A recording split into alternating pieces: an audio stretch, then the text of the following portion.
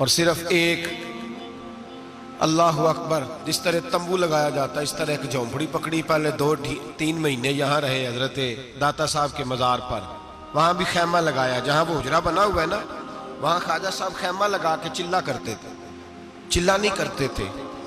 اگر مجھ سے پوچھو تو حضرت داتا علی اجمیری سے مشورہ کرتے تھے کہ بتائیں ہندوستان میں تبلیغ کیسے کرنی ہے، انہوں نے پوری بات سمجھائی کہ اس طرح چلنا ہے۔ پھر حضرت خواجہ اجمیری یہاں سے پہنچے دلی۔ خواجہ قطب الدین بختیار کاکی سے مجھے بڑا پیار ہے، مجھے بڑی محبت ہے، اس لیے کہ میں وہ خوش نصیب ہوں جو اپنے شیخ اپنے پیر کے ساتھ خواجہ قطب صاحب کے مدار پہ گیا، تو مجھے ان سے بڑا پیار ہے، ان ساری جگہوں سے بڑا پیار ہے۔ خواجہ نظام الدین صاحب سے بڑی محبت ہے، اس لیے کہ مجھے 2 دفعہ میرے حضرت صاحب ان کے مدار پہ لے کے گئے، 2 دفعہ ان کے ساتھ میں گیا، مجھے بڑا۔ خواجہ قطب الدین باقی لوگوں نے بھی لکھا ہے، لیکن خواجہ قطب صاحب کے بارے میں جو روایت میں نے پڑھی ہے، خواجہ صاحب بھی شہزادے تھے تو گھوڑ سواری کے بڑے شوقین تھے خواجہ قطب الدین بختیار کاکی۔ تو ایک دن خواجہ معین الدین یہاں ہندوستان میں سفر کا، بلکہ آپ وہاں ساتھ آئے تھے وہاں سے آپ کے، تو اصفہان کے علاقے میں سفر کر رہے تھے، گھوڑے پہ جا رہے تھے، تو خواجہ معین الدین رحمت اللہ تعالی علیہ کے پاس سے گزرے تیزی کے ساتھ، تو واپس گھوڑا گھما کے لائے، گھوڑے سے اترے، سلام لی، دست بوسی کی، تو خواجہ معین الدین صاحب کے ساتھ خادم تھا، وہ کہتا ہے کہ حضرت بھی روک گئے، خواجہ قطب صاحب دوبارہ گھوڑے پہ بیٹھے، شہزادے تھے نا، اور گھوڑا دوڑایا اور چل نکلے، کہتے ہیں جدھر جدھر وہ جاتے گئے حضرت خواجہ معین الدین پیچھے سے دیکھتے ہی گئے، جب تک گھوڑا نظر آتا رہا دیکھتے رہے۔ تو میں نے کہا حضور خیر ہے؟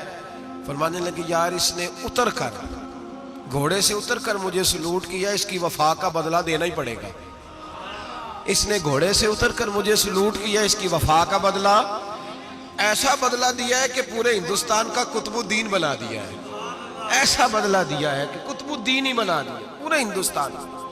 خواجہ قطب صاحب ساتھ رہے، دلی تک گئے، دلی میں قریب ایک باغ تھا، یادگار محمد ایک شخص تھا جو باغ کا مالک تھا، بڑا عیاش تھا، تو خواجہ معین الدین اجمیری رحمت اللہ تعالیٰ علیہ وہاں سے گزرے،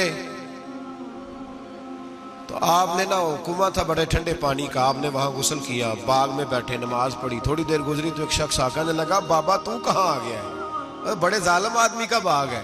آپ فرمانے لگے تو کون ہے؟ انہوں نے کہا میں اس کا نوکر ہوں، تو فرمانے لگے چل خیر ہے میں بھی کسی کا نوکر ہوں۔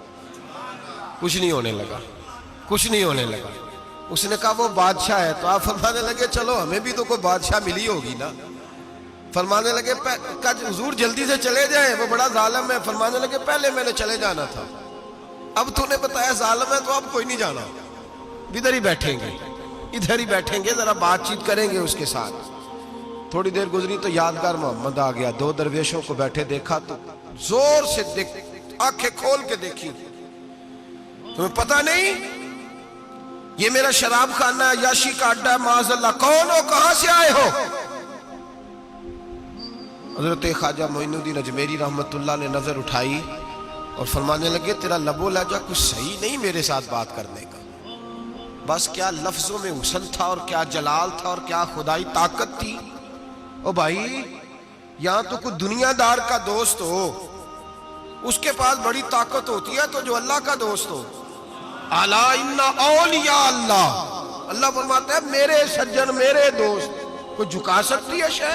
میں تیرا لب و لہجہ صحیح نہیں، قدموں میں آ کے گر گیا، معافی مانگنے لگا، کہنے لگا بابا پتہ نہیں مجھے کیا ہو رہا ہے، درویش پیار سے دیکھے تو کئی دفعہ تب بھی تقدیر بدل دیتا ہے، اور کئی دفعہ جلال سے دیکھے تو پھر بھی پرخشیں اڑا کے رکھ دیتا ہے، کہ دونوں باتوں کے اندر غضب ہوتا ہے، دونوں باتوں میں۔ اور اگر صوفیاء کی بولی میں سنو تو درویش محبت سے دیکھے تو اندر فضل نور داخل کرتا ہے، اور کبھی کسی کی طرف غصے سے دیکھے تو پھر بھی اس کے گناہ ہی جلا کے رکھ دیتا ہے۔ اقبال کہتے ہیں کم باذن اللہ جو کہتے تھے وہ رخصت ہو گئے، خانقاہوں میں مجاور رہ گئے یا گورکن۔ اورنگزیب عالمگیر رحمت اللہ تعالی علیہ ہندوستان کے بادشاہ تھے، خواجہ معین الدین اجمیری رحمت اللہ علیہ کے مزار پہ حاضری دینے گئے، گویا دنیا کا بادشاہ دین و دنیا کے بادشاہ کے مزار پہ حاضری دینے گیا۔ حضرت اورنگزیب عالمگیر مزار پہ گئے تو دیکھا ایک اندھا بیٹھا ہے اور ساج سمر کے سارے فقیر بیٹھ جایا کرتے تھے. اندھا بیٹھا کہنے لگا بابا دے دو بابا دے دو, 20 سال سے بیٹھا ہوں خواجہ اجمیری کے دربار پہ آنکھیں نہیں ملتی, اندھا ہوں کچھ دے دو. اورنگزیب عالمگیر سرانے کھڑے ہو کے کہنے لگے اچھا 20 سال سے بیٹھا ہے کوئی نہیں مل رہی؟ کہا نہیں مل رہی. فرمانے لگے 2 سپاہیوں کے اس کے سر پہ کھڑے ہو جاؤ تلواریں لے کے, میں جا رہا ہوں اندر حضرت اجمیری کے مزار پہ حاضری دینے. 21 سال ہو گئے اس کو آنکھیں نہیں مل رہی, اس سے تو حضرت خواجہ اجمیری ناراض ہے, اس کو دیتے ہی کچھ نہیں, اس کے سرانے کھڑے ہو جاؤ. اگر میرے آنے تک میرے واپس آنے تک ٹھیک ہو گیا تو صحیح, ورنہ میں اس کی گردن کاٹ دوں گا. اس سے تو ناراض ہے, 21 سال ہو گئے میلی کچھ نہیں رہا. اور یہ خواجہ اجمیر کا آستانہ ہے جہاں سے کبھی خالی کوئی نہیں گیا. کہنے لگا اس سے ناراض ہے بابا, میں واپس آؤں گا تو اس کی گردن اڑا دوں گا. یہ کہہ کے اورنگزیب عالمگیر اندر گئے.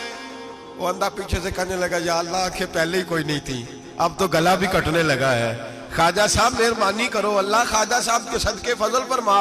رونے لگا چلانے لگا. وہ سپاہی کہتے اس نے اتنی منت کی کہ ہم بھی رونے لگے.